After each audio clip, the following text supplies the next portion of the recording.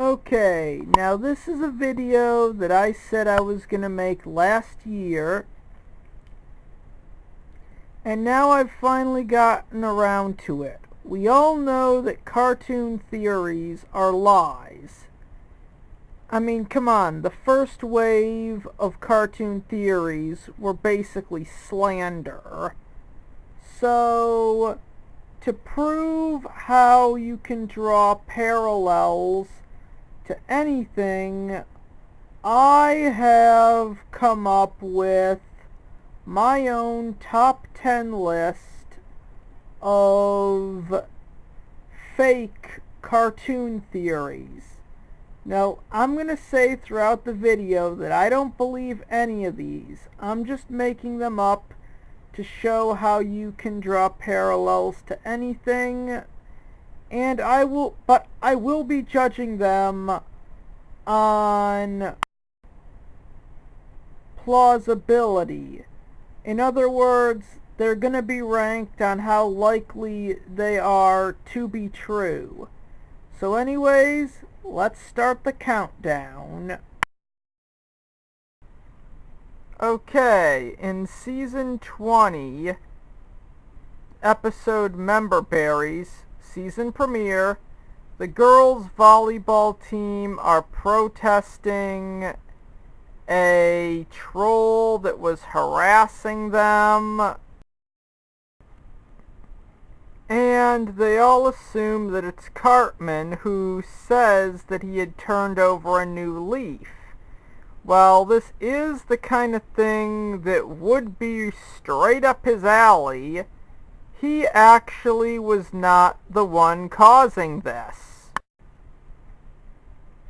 At the end, it's revealed that it's Kyle's father, Gerald, who's actually the troll, aka Shank Hunt.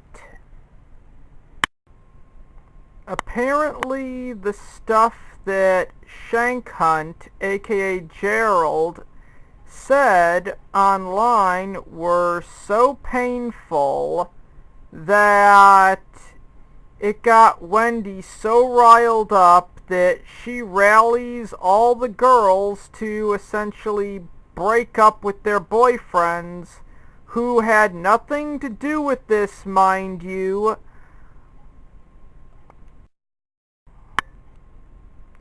as a threat to stop Shank Hunt, who they believe is Cartman.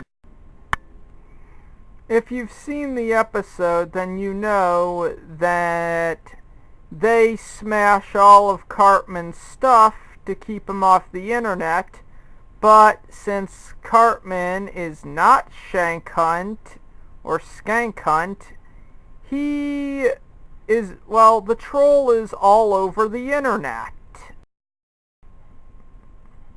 And it pretty much ends with a scene where the girls dump their boyfriends, and if you have seen that scene, you would know that the music that plays in it is very reminiscent of the music that would play in a serious show during if the characters were witnessing an act of terrorism or a school shooting. In the episode Wieners Out, the volleyball team at this point had been creating so much pandemonium that Butters actually starts the infamous Wieners Out protest. Now, Kyle claims to be guilty, and that's supposedly why he's trying to get the boys and girls to come together when Butters starts Wieners Out, and he actually refuses to join. That technically is what I would call, or what anyone else would call, being a traitor to your goddamn gender. The only reason Kyle joins them at the end is out of peer pressure. I don't know if he knew that his father was the troll at this point, but if he did, and he truly felt guilty, he would have turned his father in. He would have told everyone at South Park Elementary he knows who the troll is, and told them that it was his father. In the episode Fort Collins, Kyle essentially resorts to using blackmail when after finding out about the whole Troll X thing. And last time I checked, people who were good and ethical do not resort to blackmail. That really sounds like something that a villain would do. He blackmailed Cartman, unless you didn't see the episode. He blackmailed him to keep Heidi from breaking up with him, which led into the events of the season 21 finale, where after the breakup, Heidi and Cartman are back together, and then they're basically in an on-again, off-again relationship. In the episode Doubling Down, Kyle admits that he loves Heidi and can't stand seeing her go out with his arch enemy. Now, hearing that, you'd think that this is something from an actual protagonist. But I want you to remember everything this character did over the last season. Let the town fall into anarchy. Protect the man who was the cause of it. Allow an innocent person to take the blame for it. Seeing your arch enemy go out with the person you love sounds more like karma than an act of evil. In the episode Super Hard PC-ness, Kyle basically starts a war because he felt bad over the characters on Terrence and Philip's new show who were getting farted on.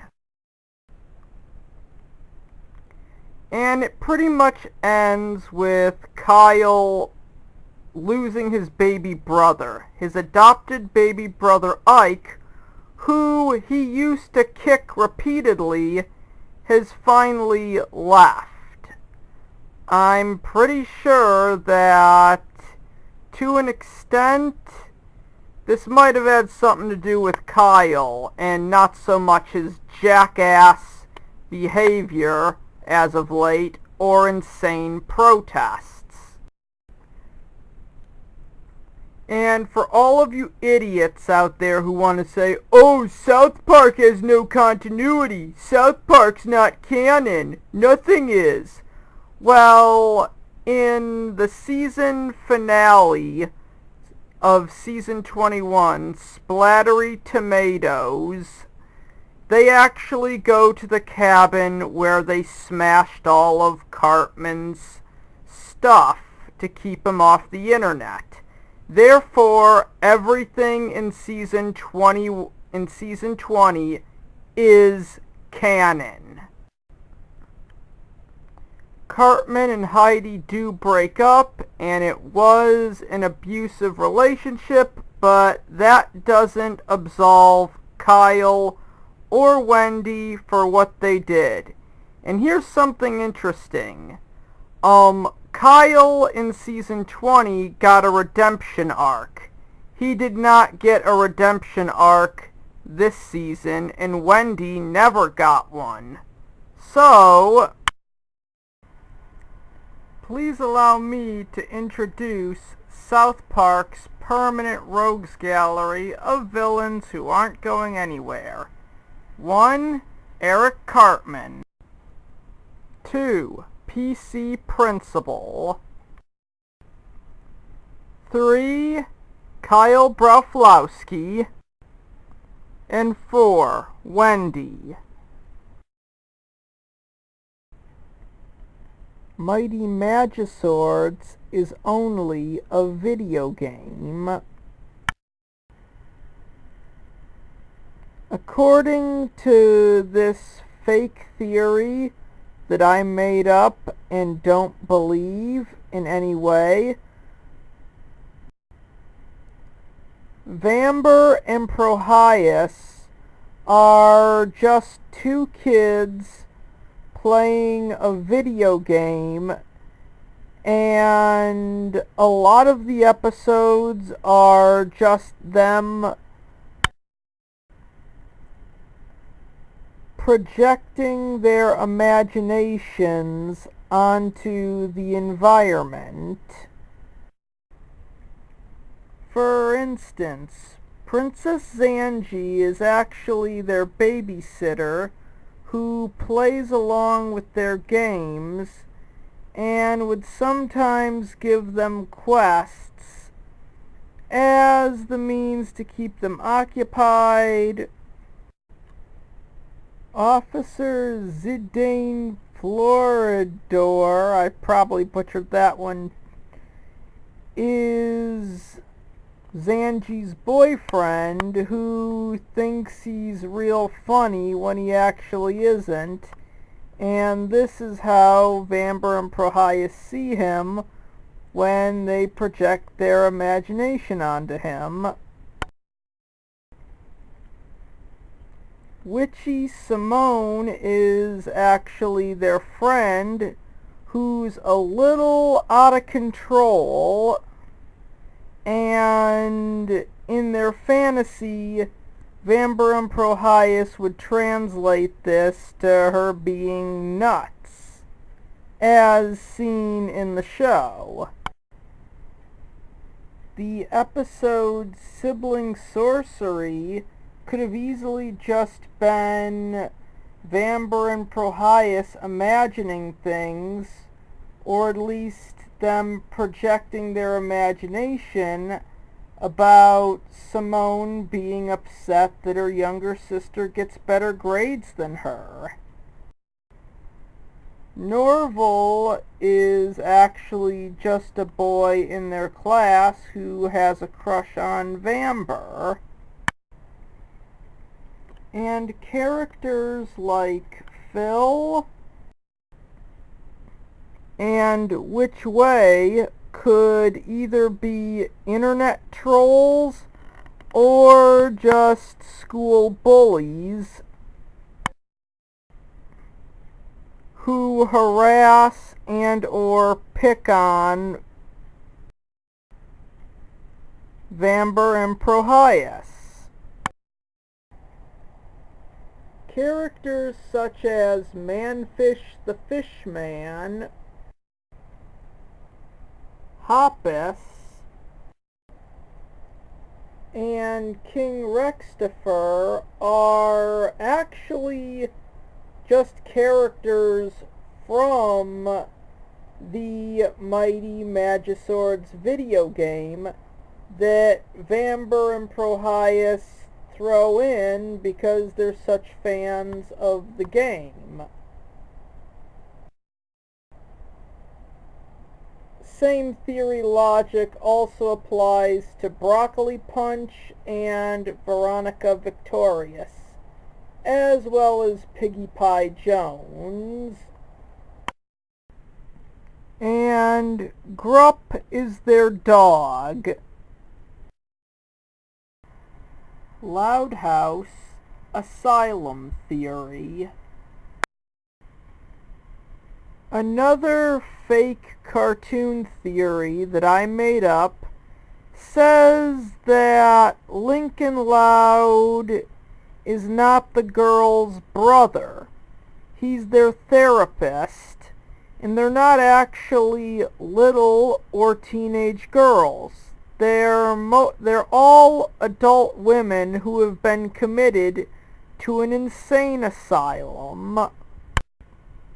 And all of Lincoln's fourth wall breaks is just him calling them in for group therapy. Laurie was committed after a traumatic event where Bobby, who was actually her husband, and Ronnie Ann, who in reality was their daughter, died in an accident, which is why she is so obsessed with him in the first half of the show.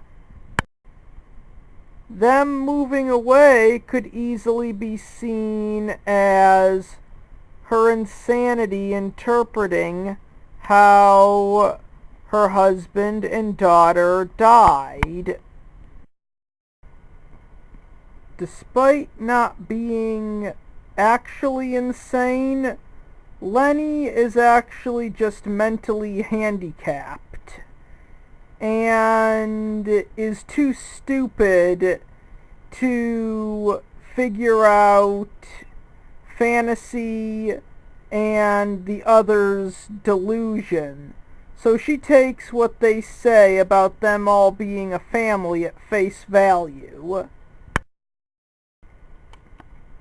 Luna at one point was a punk rock sensation, but eventually when the band broke up, she turned to drugs and alcohol, which eventually landed her in the nut house.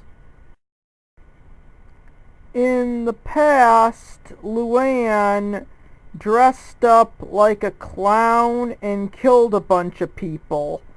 She was a serial killer who was part of the phantom clown phenomenon that is going around, and after she was caught, she was found not guilty by reason of insanity and therefore ended up in the loony bin.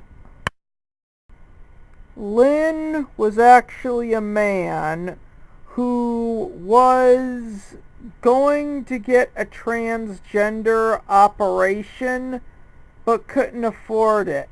So he tried to do it himself. I'm not gonna go into any detail with what happened, but it got him sent to the insane asylum.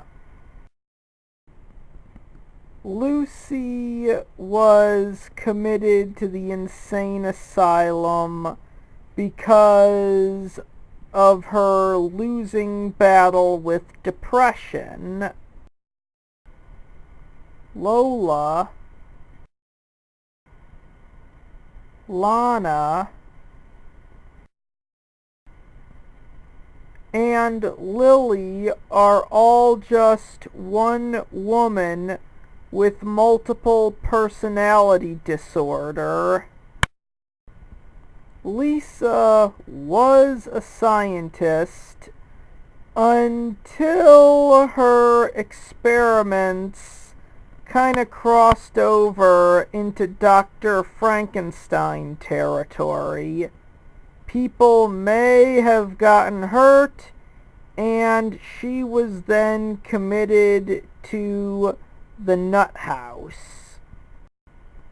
And Clyde is actually Lincoln's intern, which is why in The Delusion the girls see him as Lincoln's best friend. The Wayside cartoons are actually a prequel to the books.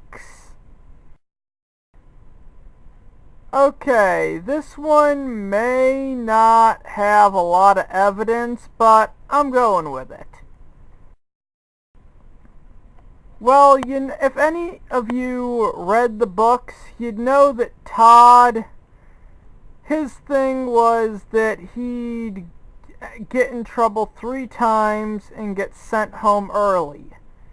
Well, this fake theory that I made up and don't believe at all pretty much says that after the events of the Wayside cartoon, he started doing this, or in this case started getting in trouble, just so he could avoid the insanity of Wayside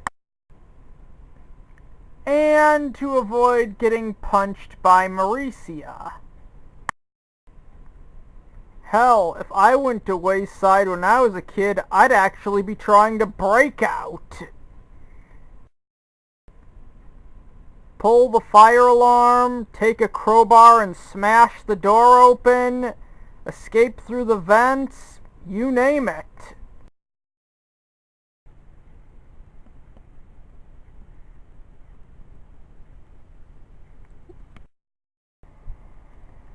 The next theory on this list suggests that The Loud House is actually a prequel to Rick and Morty.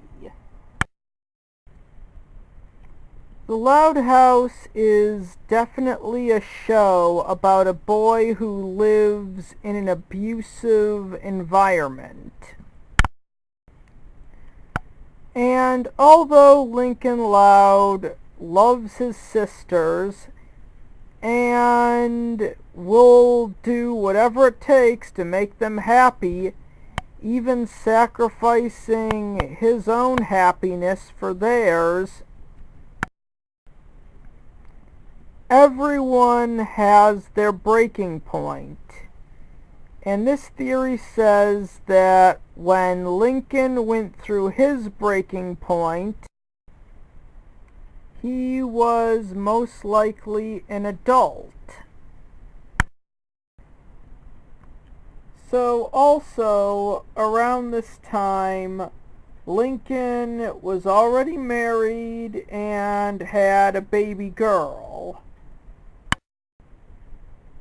But then, eventually, Lincoln's wife dies around the same exact point that he cut off all ties with his family and former life and changed his name to Rick Sanchez.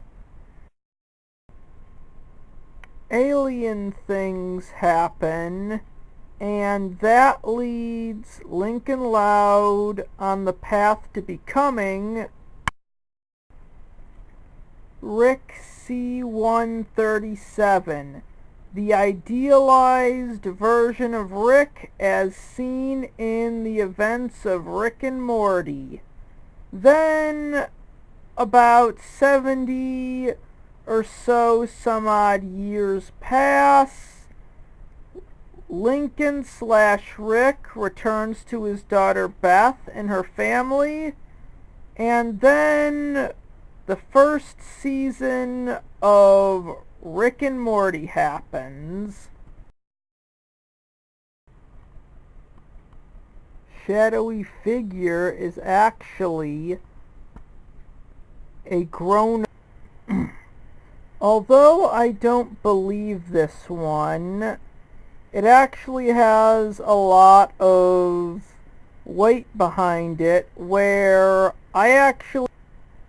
So, anyways, according to this theory that I made up but do not believe, Shadowy Figure is an adult version of KO from an alternate timeline, but in this alternate timeline, KO discovers the TKO transfer. KO would either then retreat into the shadows or fight point on and off. But regardless, Point eventually overthrows the government, seizes control of the entire universe, and becomes what the regime was in Injustice: Gods Among Us.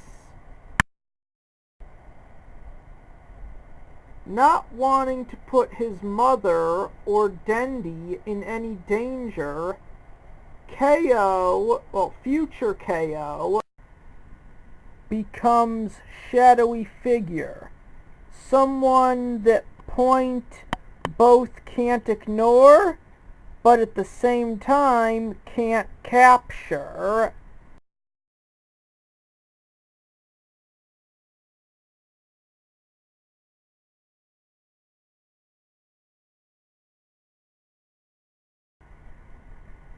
And despite that, adult KO is constantly fighting Point on and off as his alter ego, shadowy figure, he is unable to win completely. It's a losing battle.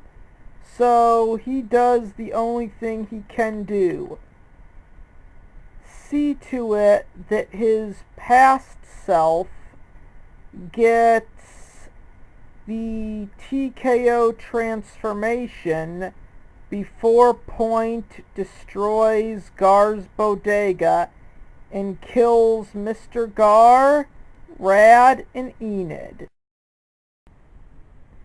Throughout the show, shadowy figure just appears and disappears. Normally, this wouldn't. Powerpuff Girls 2016 is a legitimate sequel to the original, but it's just them on drugs.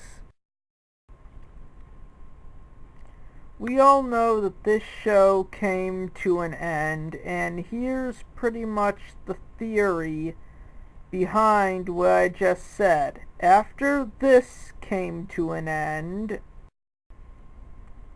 the Powerpuff Girls eventually grew to look like this, and then started taking drugs to,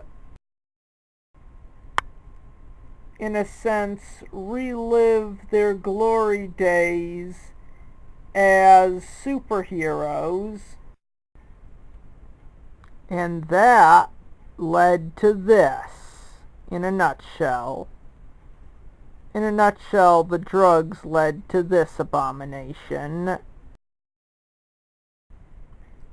The popular kids from Fairly Odd Parents are actually teenagers. Now, believe it or not, despite the fact that I'm doing this video to say cartoon theories are lies and you shouldn't take them seriously, this is a fake cartoon theory, but it does have a lot of potential to be true and has a lot of weight behind it. Well, a lot more weight than those all the kids are actually dead and the show takes place in purgatory theories.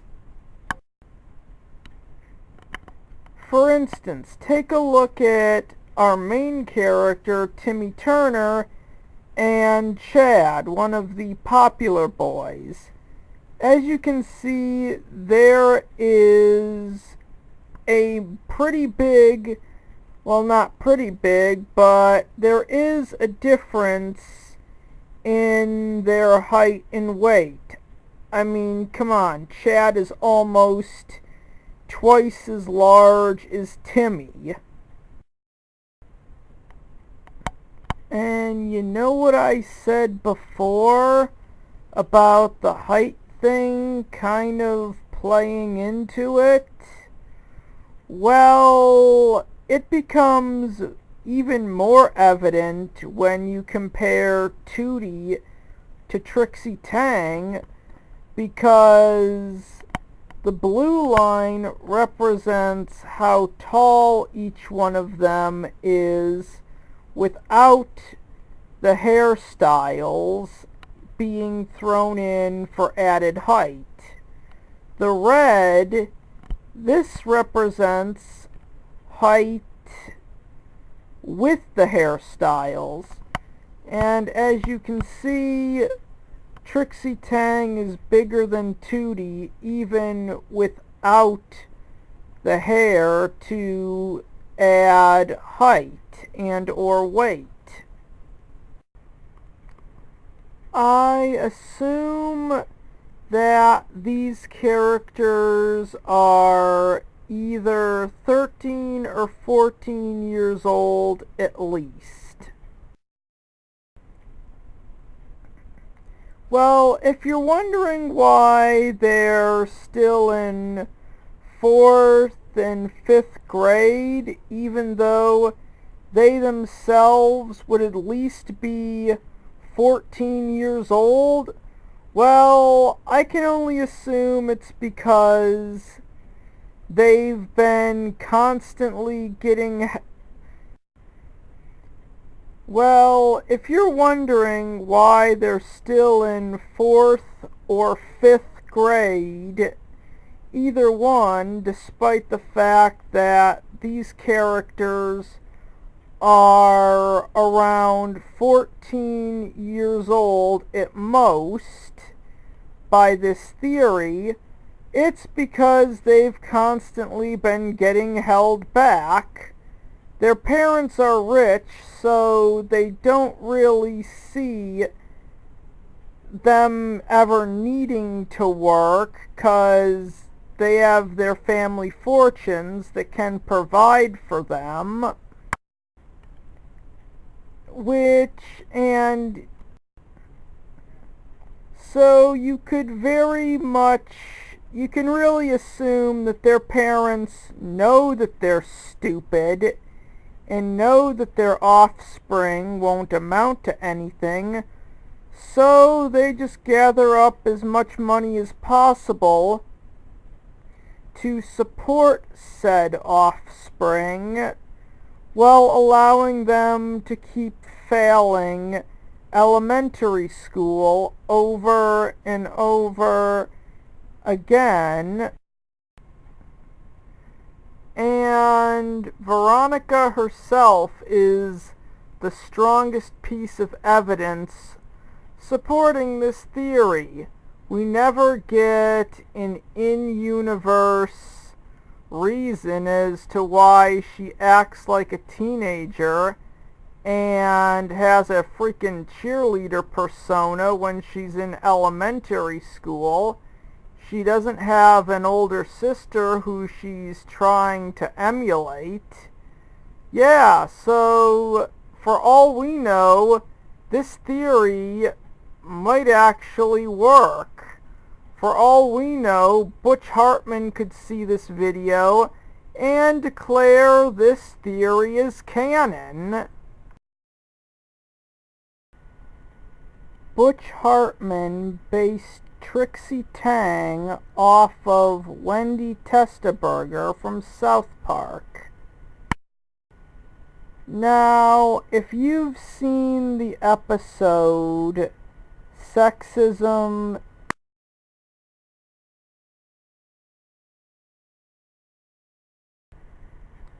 If you saw the 33rd episode of Sexism in Movies and TV, where I completely teared into this bitch, you would know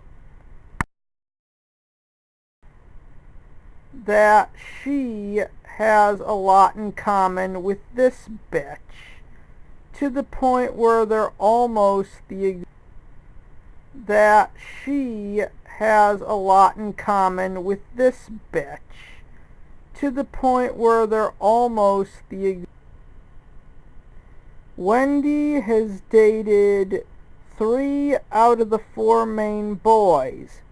She didn't date Kenny, but that's most likely because he's poor. A thought process that Trixie Tang definitely would have. In fact, in one episode of Fairly Odd Parents, this little bitch bullies Timmy and calls him poor as an insult. Comparing them side by side, they do look a lot alike, except for the animation style. If they were both drawn in the same style, they'd probably look almost identical.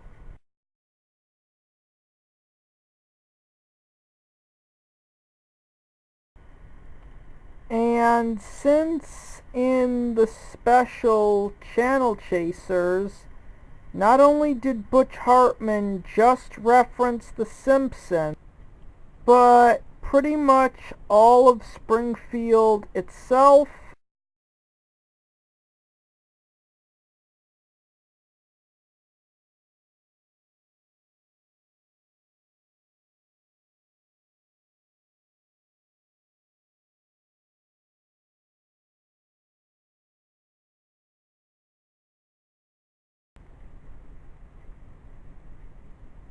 even going so far as to reference background characters who are friends of The Simpsons, as well as actual locations on the show. So it's not really a far... The Walt Disney Company were the brains behind the first wave of cartoon theories. This is more of an assumption than a theory, but here I go. Back in the early 2010s, when the first of the cartoon theories made it onto the internet, Disney was not in a very good place. They had lost Hannah Montana, the Jonas Brothers, and every other piece of cow shit that they had on the Disney Channel. With Disney XD, they had attempted to build a male audience a year prior, but that blew up. So, one of the guys at Disney thought, hey, we really can't seem to make people like us. And thus, the first wave of cartoon theories were born.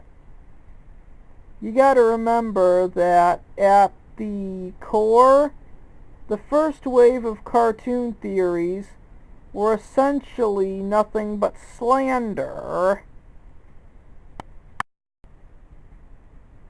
And this was at a time when slandering the competition would really help Disney.